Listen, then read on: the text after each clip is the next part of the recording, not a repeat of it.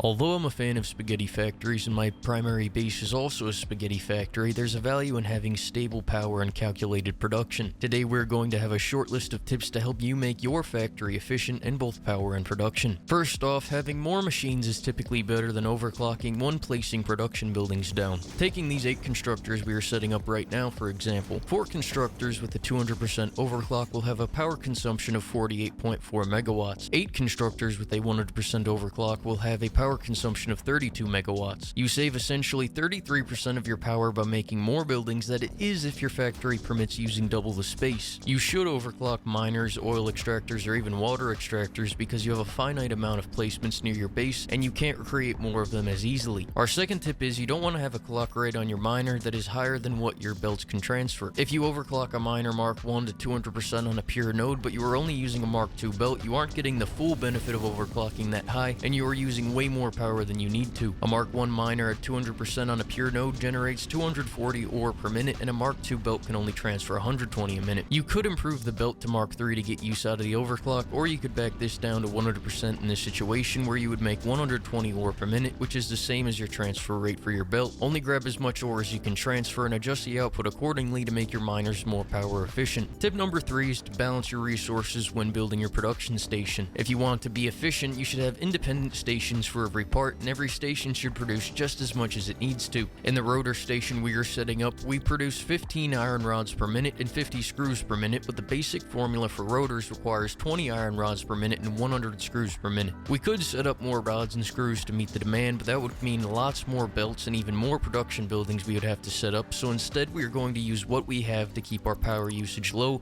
and our efficiency at a max. To make our mission and balancing clear, we want to make the production cost per minute numbers match our production output of other parts perfectly. To do this, we are going to underclock the rotors to 3 per minute instead of 4, making it a clean 25% reduction, which makes this formula now fit the iron rod production of 15 per minute. The screws are still under though, so we're going to overclock them slightly to meet the new requirements of 75 per minute. The good news is now that we have these overclocks and underclocks, we can simply copy and paste them to the other machines thanks to update 4. We are now going to set up the smelters for each constructor and match the smelter's output to the constructor's needs. When the power is off, power constructor consumption and output per minute is not going to reflect accurately because the numbers will stay the same, meaning if you overclock, the cost and output won't change, so you'll have to calculate it manually to know what you're getting and what you're giving. So we'll multiply all our screw recipe costs by 150% to get the number of iron ingots needed per minute. But as I stated, if the power is on, these numbers update and you won't need to do this. Iron rods are fairly simple at a 1-to-1 ratio. If we produce 15 rods per minute at a 100% clock speed, then we need to lower the 30 iron ingots per minute to match that production rate. So we'll underclock the iron ingot production to 50% for smelters assigned to iron rods. The smelters assigned to screws will require a 63% underclock to 18.9 per minute because the production cost per minute for the screws was around 18.75 after the overclock, and this is as close as we can get to that in a whole number percentage. After that is applied across the board and all the belts are connected, we have a pretty efficient rotor production plant here that makes 12 rotors per minute. The iron rods get another ingot as soon as they use the one they have, and the screws are running smoothly too. For our fourth tip, lower your power production to your production needs. Ignoring the fact I need to fix my fuel distribution, we can see that we are currently generating 150 megawatts worth of power. The consumption number is lying to you because we use more than what the consumption number is showing here, which we can prove doing a little math. So let's tally up our usage here. If you already have the power on, you can find the power usage for each part by checking the dashboard on each production building. If you don't, you'll have to use this math formula to calculate the power usage for each building. The first number is the initial power usage, which you can see in the build screen, and the second number is the clock speed, which you can see in the building dashboard. Either way, if you have a consistent clock speed for each part, you only need to grab the power usage for each type of part, then multiply each power usage by the number of buildings working on that part. If we multiply these numbers, we get the following results that when added together make a clean 100 megawatts in consumption, which is actually a happy accident that I did not plan for. Knowing this, we can reduce our fuel generator down to 67% clock speed with a target megawatt output of 100.5